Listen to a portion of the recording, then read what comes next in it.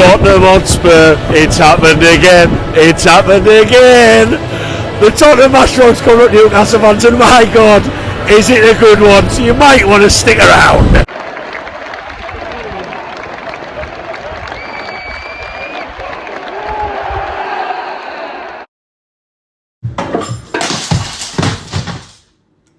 You were just telling me you were quite emotional walking in. I was emotional because I've been waiting for this for a very long time.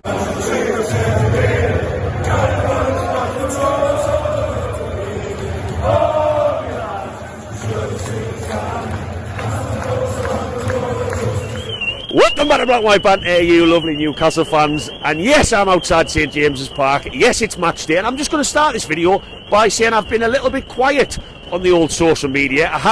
I've been very, very quiet, and I've just had a couple of technical issues. I've bought lots of different equipment.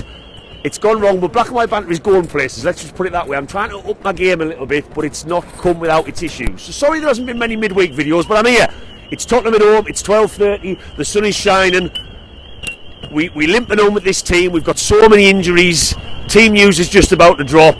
We've just got to give this a good go. Tottenham and no mugs, no matter what anyone says. Yes, we all cream our pants at the thought of what happened last season. That was amazing, that 5-1, that 6-1 win, 5-0 up after 20 minutes. We might be a bit disappointed if we're not 4-0 up after 10 today, but it's a different game today, different squad, different mentality, and Eddie Howe today is not going to have any substitutes. We've just got to keep supporting the lads. 7 points from 9 was a fantastic week in the circumstances. Let's keep it up. Let's wait for the team news to get in, but hey, 12:30 a couple of weeks ago in the sunshine didn't go too badly against West Ham. More of the same today. Away the lads! Right, anyway, I didn't do the match preview, but I know yous all nobody loves them.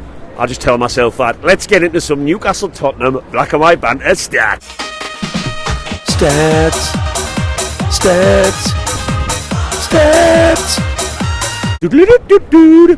Newcastle have been involved. Their Premier League matches have included 117 goals this season. 65 scored, 52 conceded.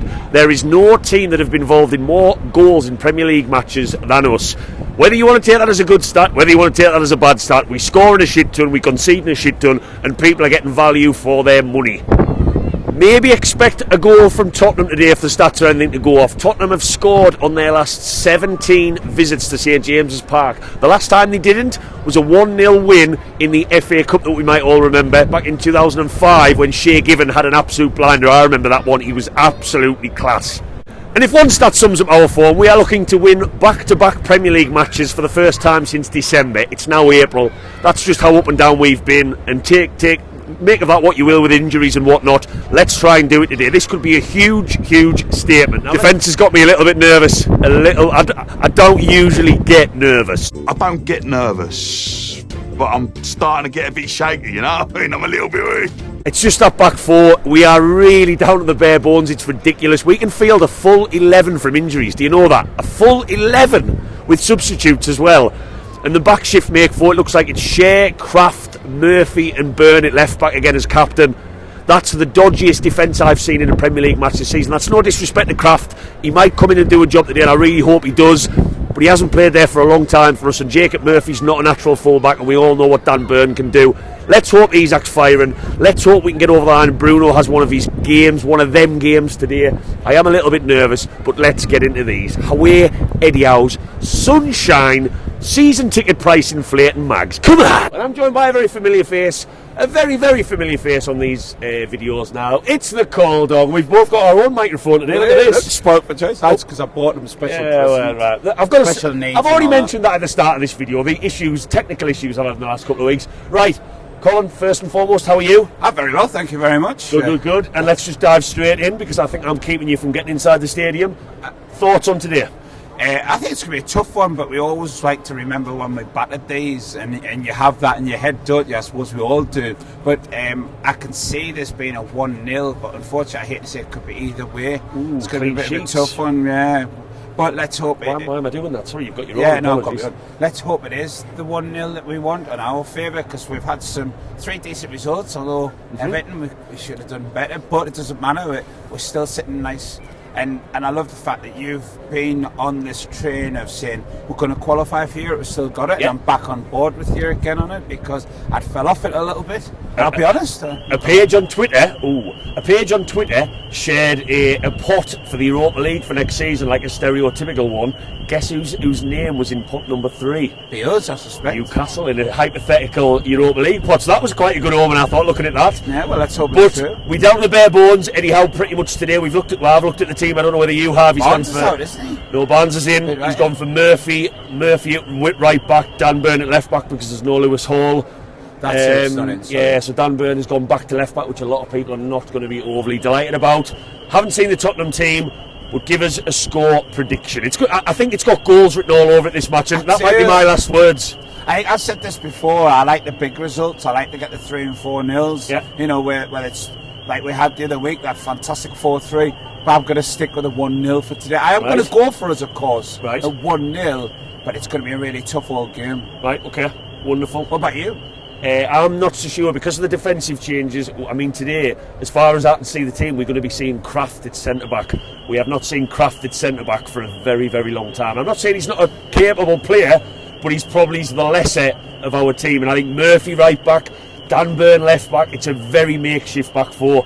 So I think I'm going to go for a draw. I don't like to see a draw on these videos, but I'll take a draw. If you would offer me now, I think take every a draw. one of I us would take that because a hell of a point. But really, results over this weekend, you want to see the likes of the Man Uniteds. We've We always want to see them get beat, but to have them get beat and us win this weekend would make such a huge difference. Right. It could be a big turning point as well. Go get yourself in the stadium because I'm keeping you, and I will hopefully see your opinions. Are you going to be back on the end of this video or not? Are you coming to Australia? Yes, of course I am. Good, yes,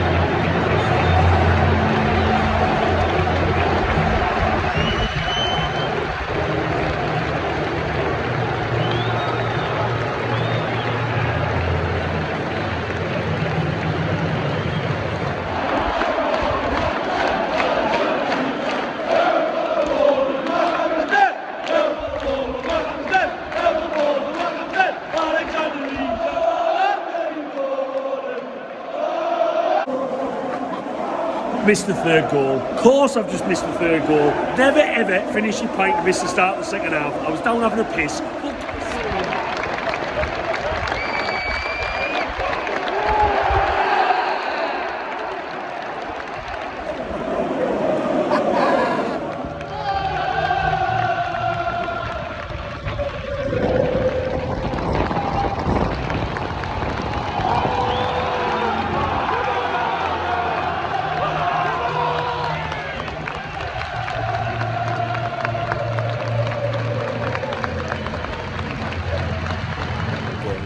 It's happened again.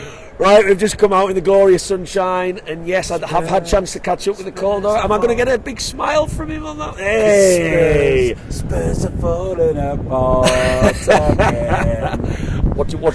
Diving in a bit more specific, what do you think we did well today? Because obviously Tottenham really never got started. We played as a unit. We played completely together. We weren't frightened. The biggest thing we'd done, we were on them the whole time. I agree. We did not give them space, and we didn't see that at Fulham last week until the second half. We haven't seen that intensity, in my opinion, of what we saw to the levels today where we were pressing there. I mean, that played in our hands. They wanted to play it round at the back. Yeah. And we loved it. We were all over it. I think once you realise a team's playing right from the very back the way they did, so deep, you've just got to be on at them and scare them every time. Right, I'm joined by two very special faces on this video, which I'm going to probably make the centrepiece of this video, to be totally honest. I'm joined by Julie and Amy. Now, me and Julie have met before in Atlanta during the pre-season last summer. We met at the Brew House. There might be some fans from the Brew House watching this. I very much doubt it though, but you never know. I'll send it to them. They'll watch. And you are actually over for your first Newcastle match today. I am. First Right. ever. Yes. And tell us a little bit then. How long have you supported Newcastle? I was trying to remember, honestly. It's probably been at least 6 or 7 years. Right. So I feel like I'm a fairly new, fresh fan. But you were there in the terrible times. In the terrible times. In the generally terrible times. When they were lower on the table, yes. And what made you start supporting Newcastle of all the teams? So various reasons.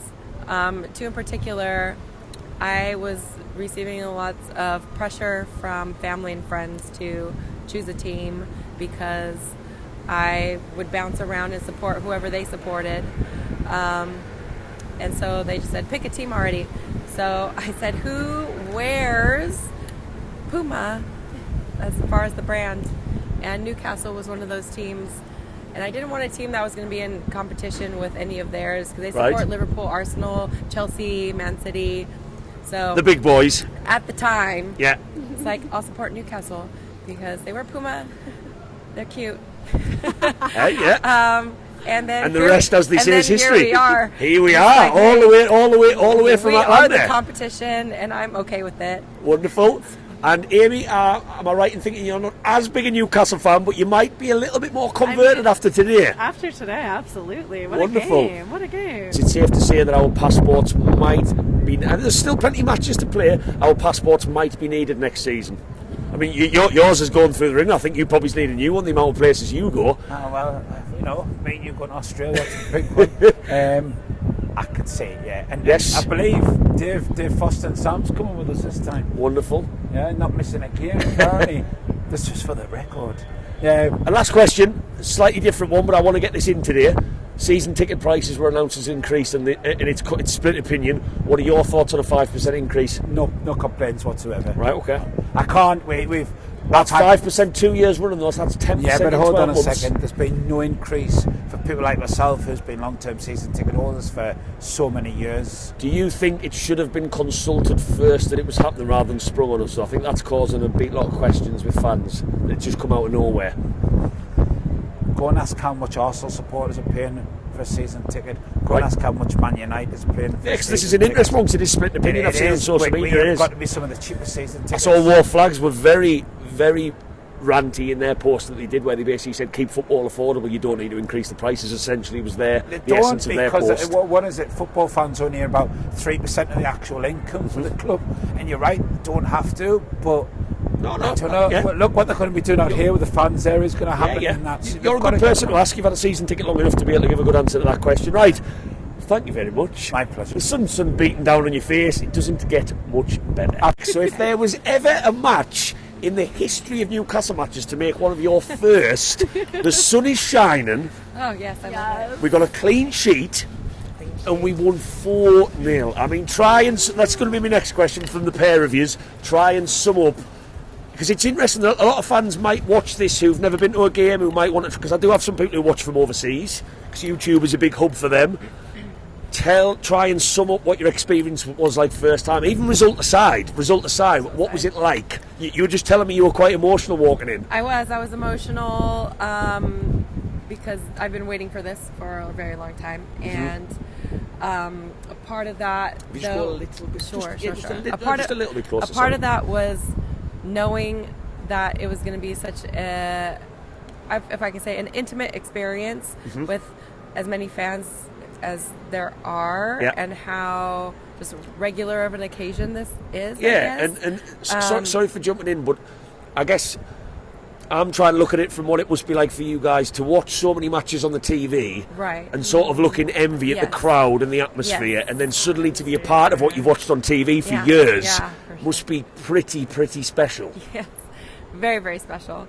It honestly too was a little bit very different because I go to lots of games in the States of our semi-professional teams, and having grown up playing and played in college, that I'm used to being like on the sideline and in the stands at the level that I was at today to see. Yeah, because you had good seats. You did have good seats. Our players, my boys. You can call them your boys. We all call them our boys after that result. So close and at a level that I'm used to watching at home, but at such a lower quality, I can say. Yeah, of course. Yeah, that's fine. It's more matter of fact, really. It was surreal, to be honest. You haven't tried Greg's yet, is that correct? Correct. A lot of people are bigging it up, and I'm a little bit worried about what you might think about Greg's. We passed one. I've seen quite a few, and thought it was just a bakery. I mean, and then it kind of is. Which is it kind of is just. If they have coffee and bread, I'm happy. Well, every American I've ever known that's come to the UK, and I would agree with this from I've been lucky enough to go to the States enough. I mean, coffee's one thing we don't do as well as America. We don't, so you'd be disappointed on that. So I definitely wouldn't go to Greg's for your coffee. That wouldn't be a smart option. Thank you for that. But you are about to try a Greg's at some point today. Yes. Yeah, sure. And I cannot wait to hear the feedback. Well, thank you very much for speaking. We're going to go. Hopefully, we're going to go and sink a pint now somewhere. It's happened again. It's happened again. Tottenham Hotspur. It's happened again. I tell you what, Newcastle fans, I've got some glorious sunshine on my face, and that pretty much describes exactly how my mood is sitting right now. There are some days as a football fan that you just have to sit back, take in, soak up, enjoy, close the curtains and watch the highlights back of it again 20 times over, and it just reminds you why football can be the most amazing thing on planet Earth. I tell you what, that man for man with what is 12 injuries, 13 injuries, a full team and then some, 10 points from 12 in the last 4 matches, unbeaten. That is one of the most impressive performances, all things considered, against a team who were going for Champions League, who were pushing for European places themselves. That was absolutely brilliant. There is not one player on that pitch who I am going to say one negative word about today, and that caught me totally off guard. I went into this match, you know, we're conceding goals for fun. They concede quite a lot of goals. That was absolutely wonderful, and I could not be happier. I'm giddy. I'm trying not to vibrate on this video. It was incredible. Where do we even start? First half, we started well. We were so much better. And I tell you what, I spent 10 or 15 minutes trying to work out what our formation was, and to be honest, when the match finished, I was still trying to work it out. You had Jacob Murphy playing as a wing back, but then Kraft quite often moving into that right back position so Murphy could push on into midfield. You had Elliot Anderson taking up the left back spot because of so many injuries, but then also adopting positions in midfield, taking players on in the box and making things happen. It was a bizarre formation that saw Barnes, Gordon, Isak and then Anderson all pushing down the middle, so we almost had 4 men up front at times. But I tell you what, I will dissect that a little bit closer in the aftermath of this match. It worked wonderfully. Absolutely wonderful. And I tell you what, our discipline, our intensity was exactly what we've seen of Newcastle last season. That had every sniff, every smell, not just because we battered Tottenham last season as well, that had everything about it of an Eddie Howe team of last season, and that has to go down for me as one of, if not the best performance at home this season. And yes, some people might say Tottenham weren't at the races. We did not allow them to be at the races, and how many times last season did we say that? How many times did we say that? We were disciplined, we pressed them hard, they played into our hands how they like to pass it around. We kept James Maddison quiet. He won't be throwing any darts tonight. If you will, he'll be missing every single time. He'll probably put someone's eye out.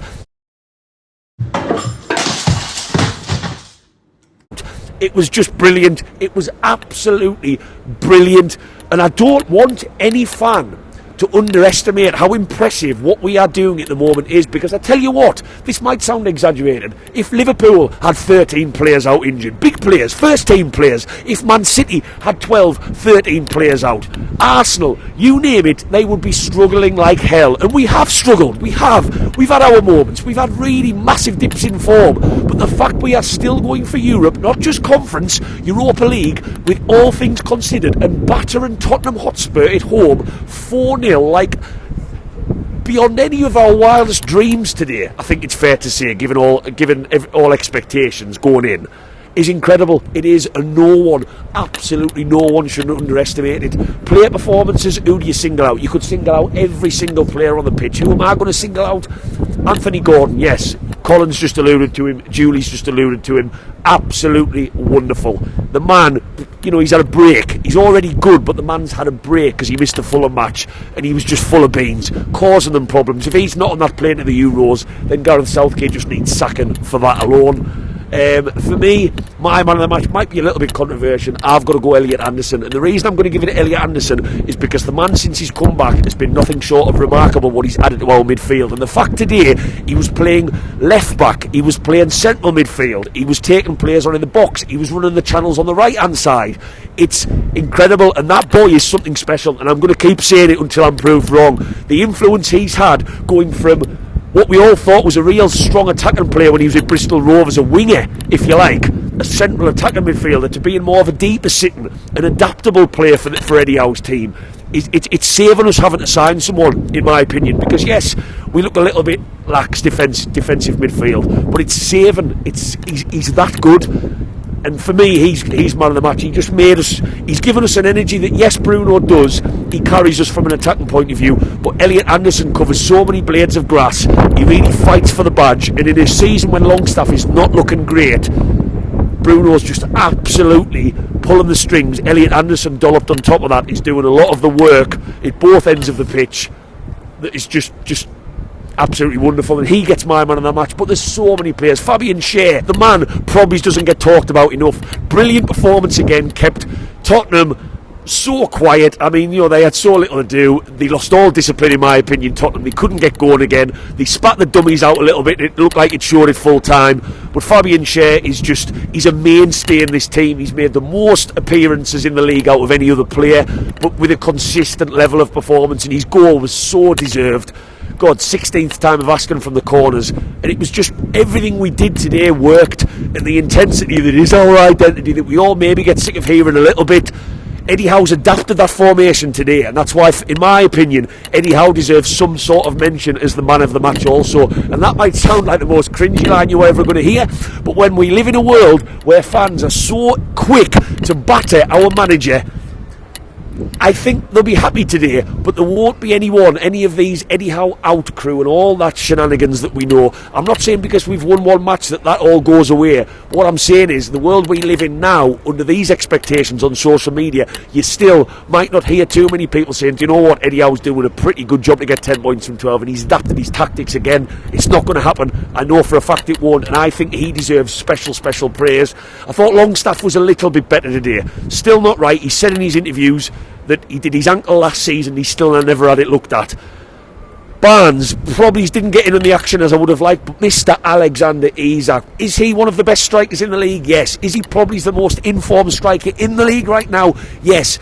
Could you really bet against him with a large amount of money that he won't get the golden boot this season? No, I do not think you can. From goalkeeper all the way through to attacker, it was absolutely remarkable today. And this weather beaten down, lovely early kick-off, I'll go and enjoy a couple of drinks, maybe have a winner on the Grand National. It's just a great day, and I tell you what, this is a statement, Newcastle fans. Those European places are in our sights, not just the Conference League, which would be lovely, Benidorm away, but that Europa League place. We've got Man United to play, we've got Brighton to play, we've got Sheffield United, all them two at home, Man United away.